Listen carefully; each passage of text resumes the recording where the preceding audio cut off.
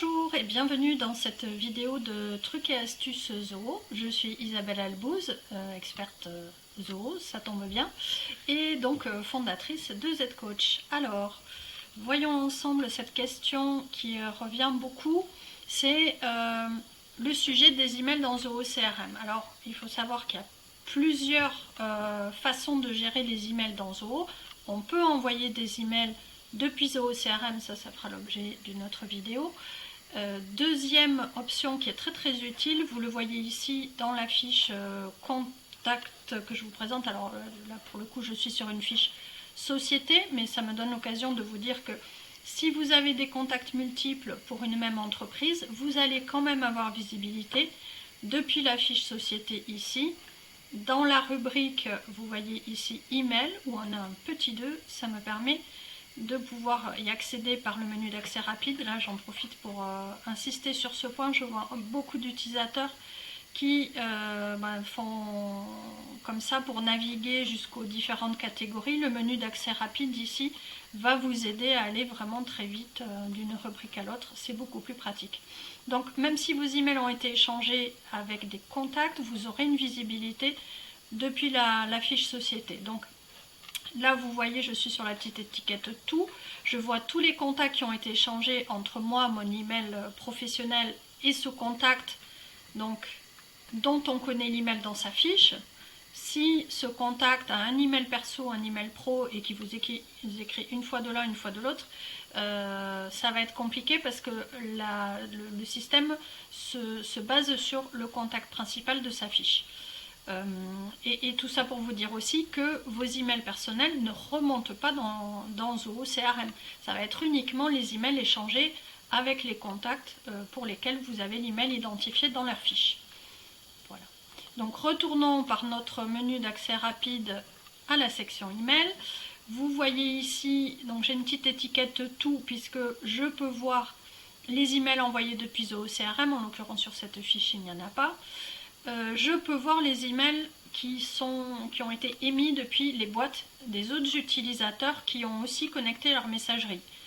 Vous ne voyez pas les mails des autres utilisateurs si vous n'avez pas connecté vous aussi votre messagerie, mais si vous l'avez connecté, vous allez pouvoir voir aussi les messages échangés par vos collègues. Donc ça c'est dans l'optique du travail collaboratif. Et rassurez-vous, si jamais vous échangez des contenus confidentiels avec les clients, vous avez des options dans le paramétrage de l'intégration email qui vous permet de choisir que ce soit en privé ou que vous décidez message par message ce que vous faites remonter par CRM ou que ce soit en public. Et là donc en public tout le monde va voir. Donc là évidemment il n'y a que moi, je vais pouvoir consulter les mails que j'ai envoyés et si je clique dessus je vais pouvoir consulter leur contenu. Donc Zoho dans ce cas là se comporte vraiment comme un client mail, exactement comme quand vous consultez vos emails depuis votre smartphone. Donc c'est un accès distant IMAP, les messages ne sont pas stockés physiquement dans Zoho.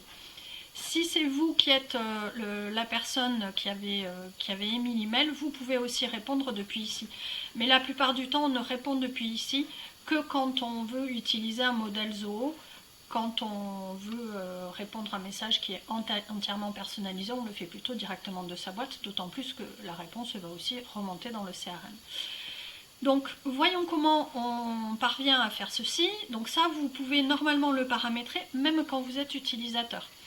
Sauf si vraiment vous avez enlevé les droits. Donc là vous voyez quand j'accède à la roue des paramètres, puisque c'est là que ça va se passer, la roue des paramètres, c'est tout à droite ici, la roue crantée, dans le bandeau horizontal de menus de Zoho. Donc quand je clique dessus, là vous voyez, moi j'ai énormément de menus parce que je suis administratrice, mais vous en tant qu'utilisateur, vous aurez un menu beaucoup plus épuré avec juste quelques options qui vous sont autorisées à l'accès. Et normalement dans cette rubrique canaux, vous devez avoir accès à l'email. Quand vous accédez là, le paramétrage de votre messagerie, ça se passera sur le deuxième onglet ici. Vous voyez que là, j'ai une intégration qui est déjà prête. Donc ça c'est l'exemple de Gmail. Il y a en fait deux cas où vous allez pouvoir connecter les messageries juste en saisissant votre identifiant et votre mot de passe. C'est si vous êtes sur la suite Google ou si vous êtes sur Office 365. Dans ce cas-là, ça peut vous connecter automatiquement juste avec ces informations-là. Il se peut qu'en fonction de vos paramètres, ces deux options qui sont les plus simples ne fonctionnent pas.